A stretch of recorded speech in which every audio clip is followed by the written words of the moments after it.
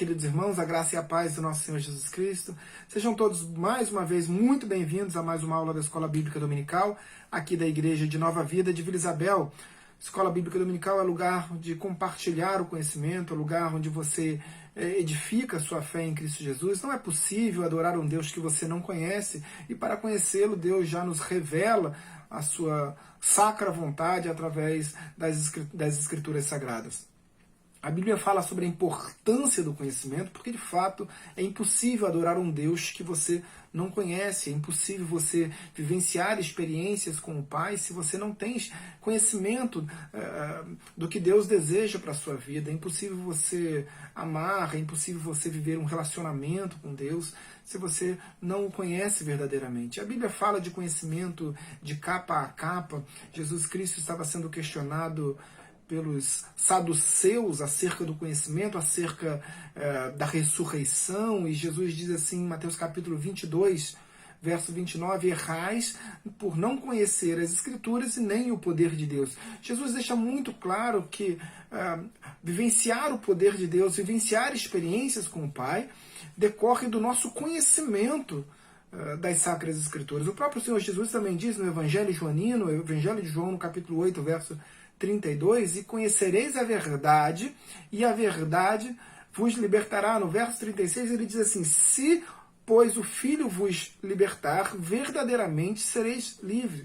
Então, Jesus estava dizendo que não é bem a verdade que liberta, é o conhecimento da verdade. Não adianta você deixar a sua verdade, a sua Bíblia aberta no Salmo 91 ou no Salmo 23, na prateleira da estante da sua casa. É importante que você se debruce no conhecimento, na busca pelo conhecimento da palavra de Deus. Deus também revela ao profeta Oséias uma palavra muito dura acerca do conhecimento, e é uma palavra direcionada ao sacerdote e aí, por conseguinte, a toda a igreja. Ele diz, o meu povo está sendo destruído, o meu povo está perecendo porque lhe falta o conhecimento. Então, a Bíblia nos orienta, nos admoesta e, sobretudo, nos exorta a buscar o conhecimento das Sacras Escrituras. Um capítulo do Evangelho de João que eu sou absolutamente apaixonado. Jesus diz assim, olha, eu vou para a casa de meu Pai, na casa de meu Pai há muitas moradas, eu vou para lhes preparar lugar, para onde quer que eu estejais, vós também estejais comigo. E aí um dos discípulos do Senhor Jesus, Tomé, aquele mesmo do ver para crer, ele diz assim, Senhor, não sabemos o caminho, como saberemos para onde tu vais? E então Jesus responde a Tomé, meu filho, Tomé, meu filho, cabeça dura, eu sou o caminho, a verdade e a vida, ninguém vem ao Pai senão por mim. Ainda não satisfeito com aquela resposta do Senhor Jesus Cristo, outro discípulo desta feita, Filipe, mais uma vez questiona o Senhor Jesus Cristo e pergunta a ele, Senhor, então mostra-nos o Pai, e isso já nos basta. E Jesus então já, de certa forma, um pouco impaciente, sendo questionado mais uma vez, Jesus diz assim, Filipe, eu tenho estado tanto tempo convosco que não vedes que o Pai está em mim e eu estou no Pai? Se não credes em mim, credes ao menos nas obras que o Pai realiza através de mim. Naquele mesmo diálogo, naquele mesmo momento onde Jesus ensina, se debruça no ensino aos seus discípulos, mais uma vez ele é questionado, e desta vez por Judas, não Iscariotes. E aí ele diz, e Judas questiona exatamente acerca do conhecimento. E Jesus diz assim, olha, se você me ama, busca o conhecimento da minha palavra, e assim viveremos na casa do Pai, assim faremos no Pai morada. Ou seja, Jesus é muito expresso nesse aspecto ao dizer que só teremos relacionamento com o Pai, só teremos salvação, só teremos vida eterna, só seremos herdeiros do reino, só seremos de fato discípulos do Pai se buscarmos conhecimento das Sacras Escrituras. Nesse mesmo capítulo do Evangelho Joanino, um capítulo absolutamente rico, Jesus ainda é mais profundo, porque ele estava chegando o momento dele ser assunto aos céus, e ele estava explicando exatamente isso aos discípulos. Olha, está próximo o momento de eu ser assunto aos céus. Mas deixarei convosco um Espírito Consolador, que vos trará à memória aquilo tudo que eu já vos tenho ensinado. Jesus estava sendo absolutamente direto, né, no aspecto de que, olha, você viverá experiências com o Pai à medida, numa proporção direta do seu conhecimento das Sacras Escrituras. Quanto maior for o seu conhecimento da Bíblia Sagrada, mais experiências você viverá com o Pai. Nós vemos muitas pessoas tendo suas vidas conduzidas não pelo conhecimento da palavra de Deus, mas pela palavra de um sacerdote. Uma palavra que pode estar certa, que na maioria dos casos estará certa, mas poderá estar errada. Você está sendo conduzido por pessoas e não pelo próprio Senhor Jesus Cristo, através da revelação da sua verdade, da sua vontade para as nossas vidas. É um risco que você está impondo à sua casa, à sua vida, à sua casa e à sua família. Então, faça como os crentes de Bereia. Atos capítulo 17, o apóstolo Paulo estava na sua segunda viagem missionária, saindo de Filipos, já na Macedônia. Ele saiu de Filipos quando entrou pela primeira vez, porque na primeira viagem missionária, o apóstolo Paulo não entrou na massa continental europeia, somente na segunda viagem missionária. Então ele foi, quando ele saiu de Troade, que é a última cidade da atual Turquia, ali na divisa com a Macedônia, ele entra em Filipos, tem a conversão de Lídia, a primeira mulher convertida na Europa. Depois ele vai para Tessalônica, e de Tessalônica ele vai para Bereia, que é a cidade que ficava na divisa ali da Macedônia com a região central da Grécia, com a região da Acaia, onde ficava e fica também a região de Atenas. Pois bem, quando ele chega em Bereia, o texto sagrado diz em Atos 17 que Paulo ensinava cotidianamente, diuturnamente, todos os dias. E ali o texto sagrado também diz que aqueles crentes de Bereia eram mais nobres que os de Tessalônica, eram mais nobres que os de Filipos. Por quê? Porque buscavam na literatura sagrada conferir se aquilo que Paulo estava pregando estava de acordo com as Sacras Escrituras. À medida que Paulo pregava, eles conferiam no rolo, no texto sagrado. Então, e por isso, por questionarem, por buscarem essa confirmação da pregação do Evangelho, eles são chamados na Bíblia como mais nobres do que os crentes de Tessalônica e de Filipos. Então, é quase que uma obrigação sua, queridos.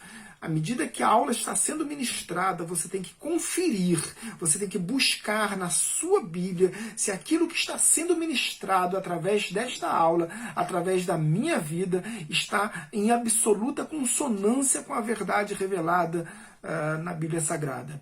Amém?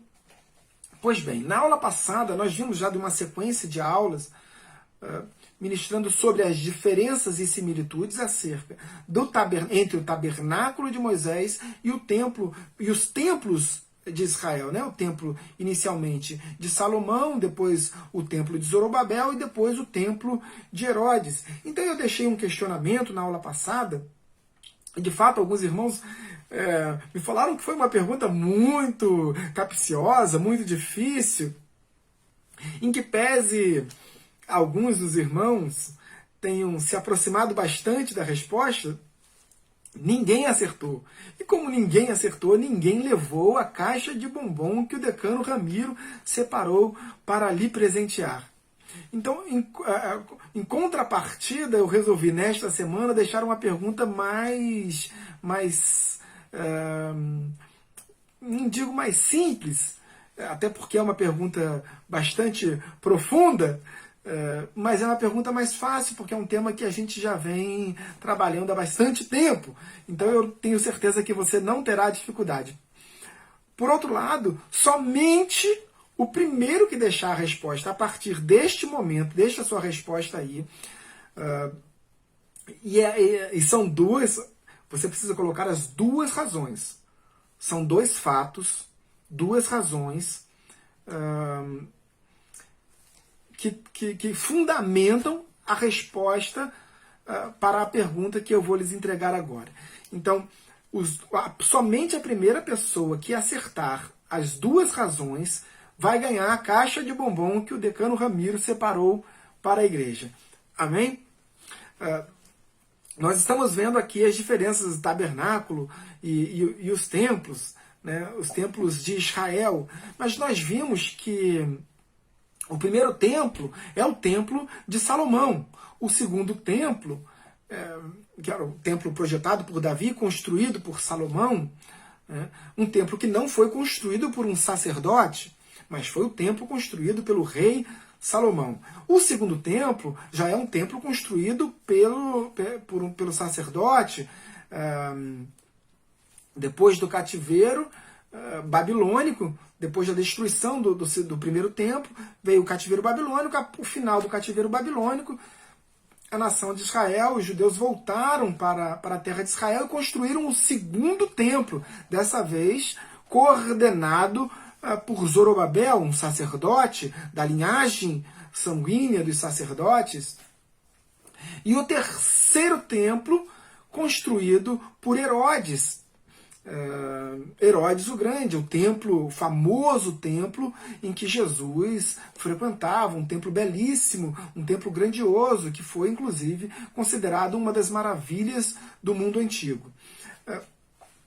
Mas nós falamos também em outras aulas que os judeus aguardam o momento para a construção do seu terceiro templo. A grande briga por território, geograficamente falando, ali na terra de Israel, entre judeus e muçulmanos, se concentra exatamente sobre o Monte Moriá, o Monte Sião, o monte que hoje se encontra ali, a esplanada das mesquitas, onde tem a mesquita de Al-Aqsa, onde tem o Domo da Rocha.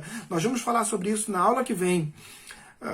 Mas exatamente naquele local da esplanada das mesquitas era o local do templo de Salomão, do templo de Zorobabel e também do templo de Herodes. Então são quantos templos? Templo de Salomão, templo de Zorobabel e templo de Herodes. Mas os judeus aguardam a construção do terceiro templo. Os judeus têm tudo separado, os elementos que serão conduzidos para dentro do templo quando esse terceiro templo for construído. Eles têm lá um instituto do templo, um lugar absolutamente reservado. Eu tive a oportunidade de entrar no instituto do templo por 2 vezes. Tivemos aula lá dentro, muito interessante. E ali estão todos os elementos que serão conduzidos para dentro do templo quando o terceiro templo for construído. Mas parece que há um erro de aritmética, porque são 3 templos. Templo de Salomão, templo de Zorobabel e templo de Herodes. Mas ainda assim os judeus aguardam a construção de um terceiro templo. Portanto, um desses 3 templos, os judeus não consideram como santuário. Os judeus não consideram, não contabilizam como um templo, propriamente dito. E a pergunta é, qual desses 3 templos não é considerado um templo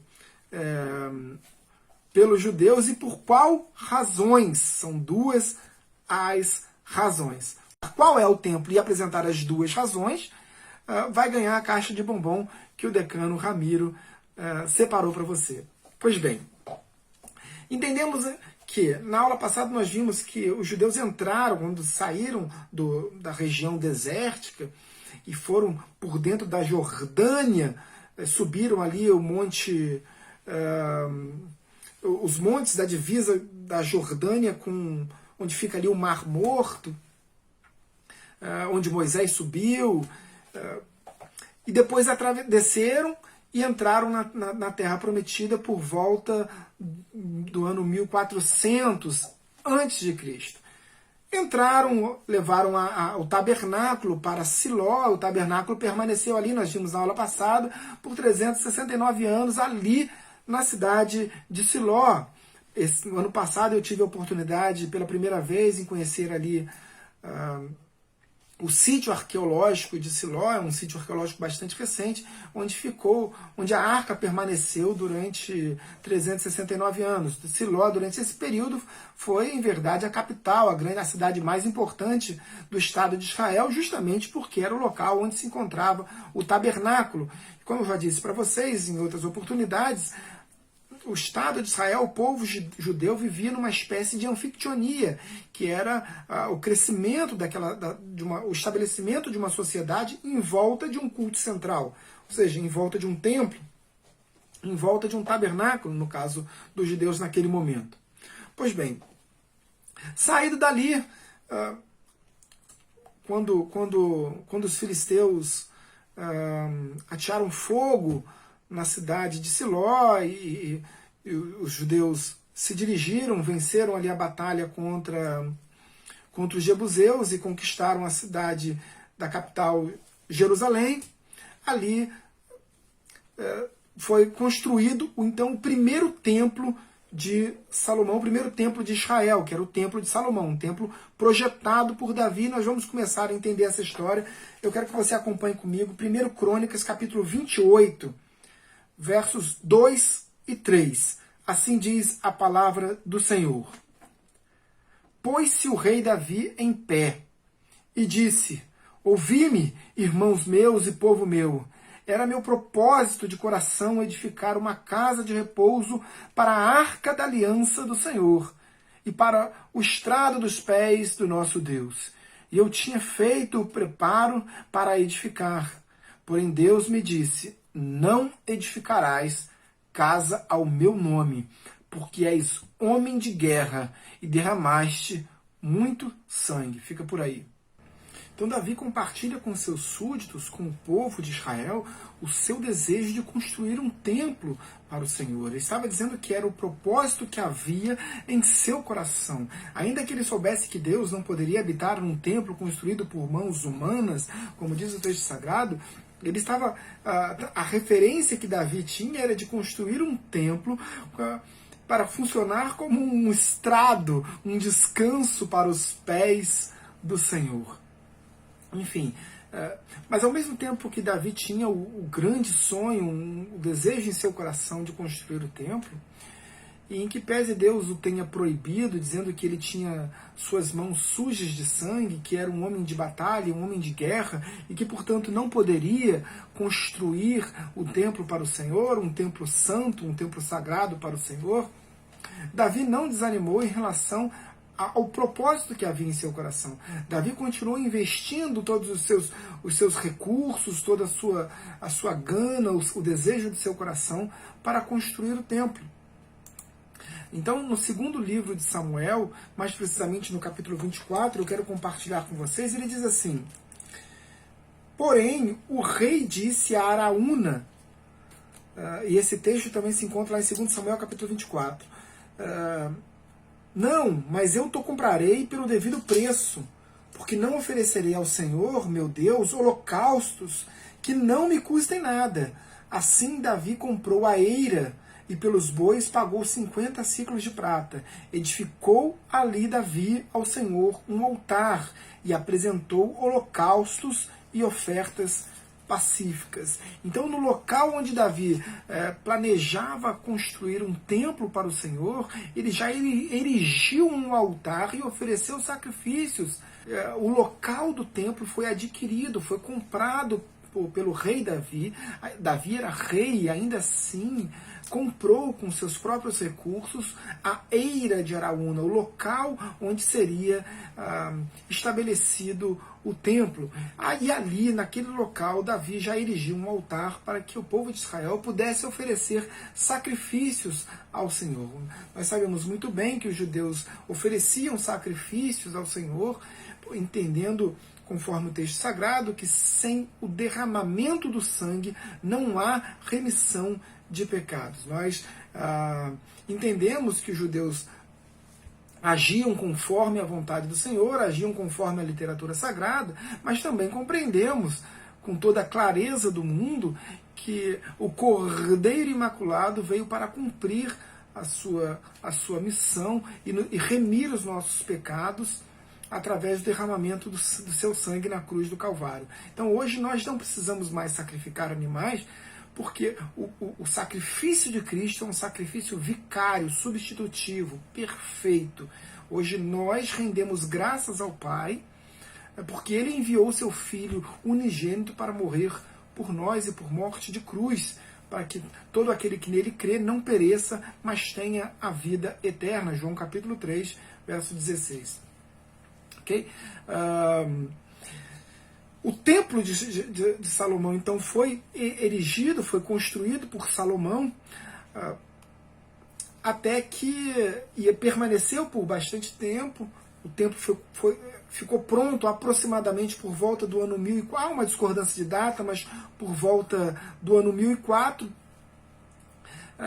Mas depois os babilônicos, comandados por Nabucodonosor, pelo imperador Nabucodonosor, que era em verdade Nabucodonosor II, eles sitiaram a cidade de Jerusalém. A cidade de Jerusalém permaneceu sitiada por 18 meses, até que algum tempo próximo do ano 587 a.C., depois da cidade ter permanecido sitiada, ou seja, não havia mais, havia escassez de alimento, escassez de água, só há uma fonte de água que alimenta, até os dias de hoje, só há uma fonte de água, a fonte de Gihon, que sustém ali a cidade de Jerusalém.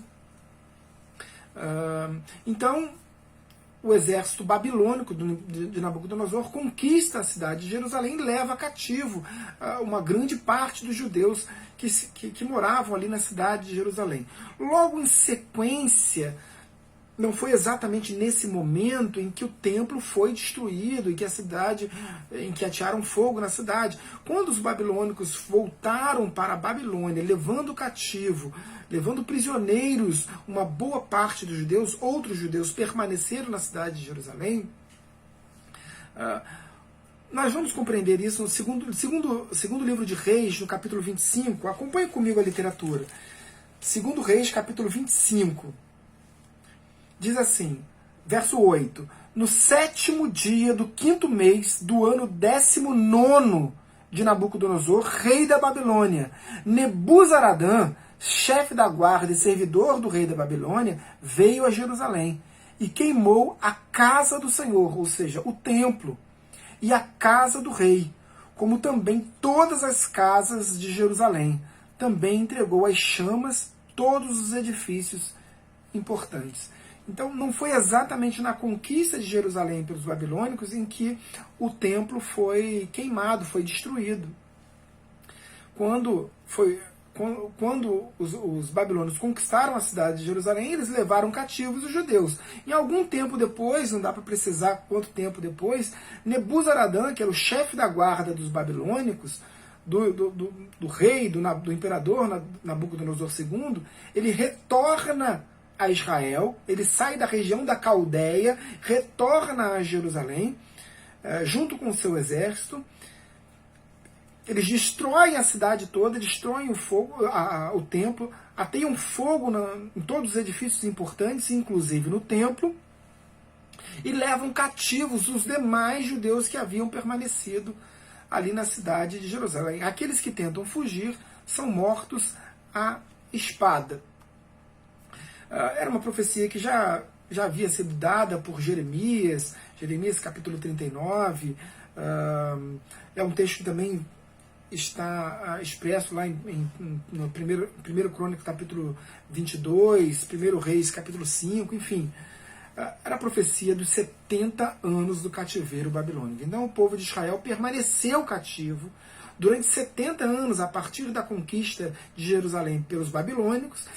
Os judeus foram levados cativos e permaneceram ali por 70 anos. Agora eu quero compartilhar com vocês um texto de Esdras, quando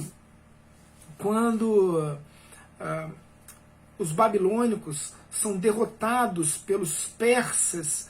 São todos povos de origem caldeia, mas quando os persas conquistam a Babilônia, o primeiro rei da Pérsia, Ciro, ele lança um decreto de libertação dos judeus, autorizando que os judeus voltassem, retornassem para Jerusalém e reconstruíssem o templo que não existia naquele momento. Eles precisavam restaurar um novo templo. E a partir daí surge a figura do sacerdote Zorobabel, responsável, outros profetas também, profeta Zacarias, Ageu, todos com a função de exortar o povo para a reconstrução do templo de Jerusalém. Mas diz assim, Esdras capítulo 6, versos 3 e 4, acompanhem comigo a literatura sagrada. O rei Ciro, no seu primeiro ano, baixou o seguinte decreto: com respeito à casa de Deus em Jerusalém, deve ela edificar-se para ser um lugar em que se ofereçam sacrifícios. Seus fundamentos serão firmes. A sua altura de 60 côvados e a sua largura de 60 côvados, com 3 carreiras de grandes pedras e uma de madeira nova. A despesa se fará da casa do rei. Então o rei Ciro, que no texto do profeta messiânico, Isaías 45, Deus o chama de o meu ungido. Ciro, além de libertar o povo judeu que permaneceu durante esse cativeiro por 70 anos, ele financiou a restauração do templo, a reconstrução do templo de Jerusalém. Ciro, então, autoriza o retorno dos judeus, e Neemias era governador, no seu texto sagrado, ele diz que 42.360 judeus retornaram para Jerusalém, foram em 2 levas, mas retornaram para a restauração do templo e, posteriormente, também das muralhas da cidade de Jerusalém. Enfim, tudo isso financiado por Ciro. Ciro financia o retorno e financia as obras do templo. E Ciro ainda autoriza que todos os utensílios, os elementos que foram saqueados do templo por Nabucodonosor e pelo general Nebuzaradã fossem devolvidos para os judeus, para a posse dos judeus, para que esses elementos também fizessem parte do segundo templo, do templo reconstruído, ou a sua reconstrução foi organizada, ditada pelo sacerdote Zorobabel. E por isso esse templo é chamado do Templo de Zorobabel. O segundo templo é chamado de o Templo de Zorobabel. E assim como no primeiro templo, todos aqueles elementos, aquela disposição que tinha no tabernáculo, o altar de bronze, a bacia de bronze para purificação, a mesa dos pães da propiciação do lado direito, o altar do incenso um pouco mais à frente, a menorá do lado esquerdo, ali o véu, todos esses elementos também estavam dispostos nesse novo templo, no templo de Zorobabel. O único elemento, nós falamos sobre isso, que não tinha, era exatamente a Arca da Aliança, porque a Arca da Aliança precisava ser original, porque a importância da Arca da Aliança se dava exatamente pelo que ela continha, né? Os elementos que estavam dentro da Arca da Aliança, ali as pedras da lei, o bastão, né, de Arão, o bastão que floresceu, e o vaso de ouro. Hebreus capítulo 9 diz que é um vaso de ouro que continha o maná que estava dentro ali da Arca da Aliança. Pois bem, e ali todos esses elementos, da mesma forma que no primeiro templo, e da mesma forma que também no tabernáculo, estavam ali dispostos. Eu quero compartilhar com você uma profecia no livro do profeta Ezequiel, e Ezequiel é o profeta que a Bíblia chama, Deus o chama de o Filho do Homem. Ele, por algumas vezes, Deus chama Ezequiel de o Filho do Homem. Ele tem uma profecia muito interessante, exatamente acerca... Ezequiel viveu no período do cativeiro babilônico. E durante esse cativeiro babilônico, em uma visão, Deus revela para ele a restauração do templo, exatamente no monte do templo, no Monte Moriá. Ezequiel capítulo 40, verso 1 e 2. Assim diz a palavra do Senhor.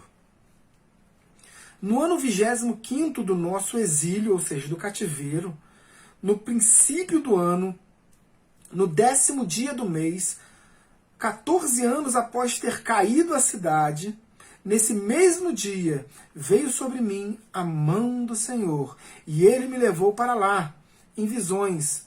Deus me levou à terra de Israel e me pôs sobre um monte muito alto.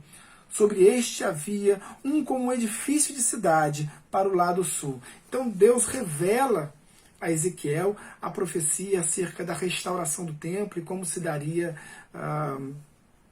esse templo. Eu quero compartilhar também um texto de Neemias, Neemias capítulo 8, verso 11. Acha sua Bíblia aí, depois dos livros de Crônicas, antes de Esdras, aliás, logo depois de Esdras, Crônicas, Esdras, Neemias capítulo 8, assim diz a palavra do Senhor, a partir da segunda parte do verso 10. Não vos entristeçais, porque a alegria do Senhor é a vossa força. E os levitas fizeram calar todo o povo, dizendo, calai-vos, porque este dia é santo, e não estejais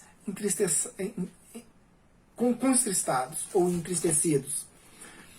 Isso é muito interessante, porque quando o povo de Israel se une, depois de tantas perseguições, de tantas lutas, de tanta oposição que eles tiveram que enfrentar diante dos samaritanos, e eles conseguem restaurar e construir e terminar a construção do segundo templo. Os judeus, principalmente aqueles mais velhos, os anciãos que viram a glória do primeiro templo, choraram entristecidos quando terminaram a construção. Terminada a construção do segundo templo, ao invés de se tornar um momento de alegria intensa, os judeus ficaram entristecidos quando viram aquela imagem, porque acharam que aquele segundo templo era um templo que não tinha mais a glória do primeiro templo, que era um templo menor, um templo diminuto, um templo que certamente Deus não habitaria. Então, Neemias reúne o povo de Israel, juntamente com Esdras, Neemias como governador e Esdras como um sacerdote, e os dois juntos reúnem todos os judeus, e eles dizem aos judeus, olha, não é tempo de ficar entristecido, é um tempo de alegria, é um tempo de festas, é um tempo onde o povo precisa se alegrar com as conquistas, porque essa casa é casa da glória do Senhor, é a casa do Senhor. E é o mesmo texto que Ageu exorta. Inicialmente o povo estava preocupado antes da construção, né, a obra não caminhava, então Ageu disse, olha, por um acaso, Ageu capítulo 1, por um acaso é tempo de vós habitardes em casas apaineladas, enquanto a minha casa, a casa do Senhor, permanece em ruínas. Mas depois de pronta a casa do Senhor, Ageu capítulo 2, verso 9, eu quero compartilhar com os irmãos, Ageu, penúltimo livro do Antigo Testamento, Ageu, antes de Zacarias, Ageu capítulo 2, verso 9, um texto bastante conhecido, e diz assim, a glória desta última casa será maior do que a primeira, diz o Senhor dos Exércitos, e neste lugar darei a paz, diz o Senhor dos Exércitos. Claro que esse verso de Ageu também faz uma referência direta ao príncipe da paz, ao Senhor Jesus Cristo. Nós abordamos isso nas aulas passadas, dizendo que todos os elementos, tanto do tabernáculo quanto do templo, apontam para Cristo. Por isso que esse verso de Ageu, o texto sagrado diz, e neste lugar darei a paz. Então é uma referência direta à profecia acerca do Messias. Okay? Esse templo de Zorobabel, chamado Templo de Zorobabel, ou Segundo Templo, ele permaneceu em pé durante mais de 500 anos, até que Herodes o Grande, ainda com o templo de Zorobabel vigendo para os judeus, Herodes o Grande, o Herodes o Grande é o primeiro da dinastia herodiana, mas ele foi, em verdade, um grande déspota da história de Israel, um genocida, um homem que não tinha despido de valores morais, assassinou esposas, assassinou filhos, enfim, era realmente um grande déspota. Mas no intento de homenagear Júlio César, ele amplia o templo de Jerusalém. Em verdade, ele não queria conquistar tão somente os judeus, ele queria conquistar também os romanos, porque fazendo parte dessa ampliação era construir uma fortaleza romana colada no templo de Jerusalém. E assim ele fez. A própria fortaleza de Antônia, onde Jesus Cristo foi levado, o pretório, que era próximo dali, Jesus Cristo foi levado para lá para ser julgado, enfim. E esse local ficava colado ao templo. Este era o templo, o antigo templo de Salomão tinha essa formatação. Alguns historiadores dizem que, como essa parte da frente, que é chamado de o Pátio das Mulheres, como essa parte não tem menção na Bíblia durante o templo de Zorobabel, que essa parte não existia durante o período de vigência do templo de Zorobabel, do segundo templo, e que ele foi reconstruído, porque ele existia no tempo do rei Salomão, que ele foi reconstruído na ampliação que Herodes fez. Então Herodes teria feito essa parte e um átrio externo chamado de Pátio dos Gentios, um pátio maior que ficava por todo ao redor do templo. E colado nessa parede, desse lado, exatamente desse lado, onde está aqui a caneta, foi construída então a fortaleza de Antônia, colada nesse átrio externo, nesse chamado Pátio dos Judeus. Aliás, dos gentios, enfim, esse pátio externo. Aqui o Pátio das Mulheres, aqui o Pátio dos Judeus e dentro os sacerdotes. E ao redor o Pátio dos Gentios. Então vamos à resposta da pergunta do início da aula. Por que então, qual desses três templos não é considerado para os judeus como um templo sagrado? Em verdade, os judeus apenas não consideram o templo de Herodes como um templo, porque Herodes não construiu um templo. Herodes apenas ampliou o templo que já existia. A resposta é o terceiro templo. A primeira razão para essa resposta é porque Herodes não construiu o templo. Ele apenas ampliou o terceiro templo. E a segunda razão era porque Herodes, mais do que ninguém, era um déspota e para os judeus ele era considerado um grande traidor, porque Herodes não era romano. A dinastia herodiana era uma dinastia de idumeus, ou seja, tinha um vínculo com os judeus, inclusive uma linhagem sanguínea concomitante com os judeus. Então, Herodes, para os judeus, era em verdade um grande traidor. Além de um déspota, era um grande traidor do povo judeu. Então a resposta era essa. Quem acertou, eu quero acompanhar aí e vou pedir para o decano Ramiro bater uma foto, né, entregando a caixa de bombom que o decano mesmo vai comprar. Eu não quero nem me aproximar disso. A responsabilidade é toda do decano, né? A ideia foi dele, brincadeira, a ideia foi minha, eu coloquei isso no colo dele. Vamos orar, queridos. Eu espero que você tenha gostado da aula de hoje, eu espero que você tenha crescido no conhecimento da palavra de Deus, porque o conhecimento nos permite crescer na fé que professamos em Cristo Jesus. Amém? Feche seus olhos, oremos ao Senhor. Pai bendito, Pai amado, Pai de amor, Pai de misericórdia, graças te damos mais uma vez. Obrigado, Deus, por tudo que o Senhor tem feito. Obrigado, Deus, porque o Senhor tem nos guardado nesse tempo de moléstias, nesse tempo de enfermidades. Mas mais do que viver nesse tempo de enfermidade, nós entendemos quem nós somos em Ti e quem Tu és em nós. Deus, graças te damos porque somos dependentes de Ti e queremos continuar sendo dependentes, absolutamente dependentes de Ti. Tu és a nossa luz, Tu és o nosso alvo, Tu és a nossa direção. Louvamos a Ti, ó Pai, por tudo aquilo que o Senhor tem nos feito, mas te pedimos, guarda a vida também dos nossos irmãos, das nossas famílias, das nossas casas. Especialmente nós te pedimos pela vida do nosso pastor, o teu ungido, o homem de Deus, com toda a sabedoria que tem nos guiado, tem nos conduzido tem de fato pastoreado esse rebanho com amor, com zelo, com carinho. Graças te damos por isso, Deus. Oramos todos em nome de Jesus. Amém e amém. Deus abençoe a todos. Até domingo que vem, até daqui a pouco no culto e até domingo que vem na Escola Bíblica Dominical, onde nós abordaremos a continuação dessa aula, que nós falaremos especificamente acerca do terceiro templo, de fato, o que tem lá hoje na Esplanada das Mesquitas. Falaremos um pouco acerca da relação do terceiro templo com a vinda do Messias. Ok? Deus te abençoe, em nome de Jesus, e até domingo que vem. Fique na paz. Audio Jungle.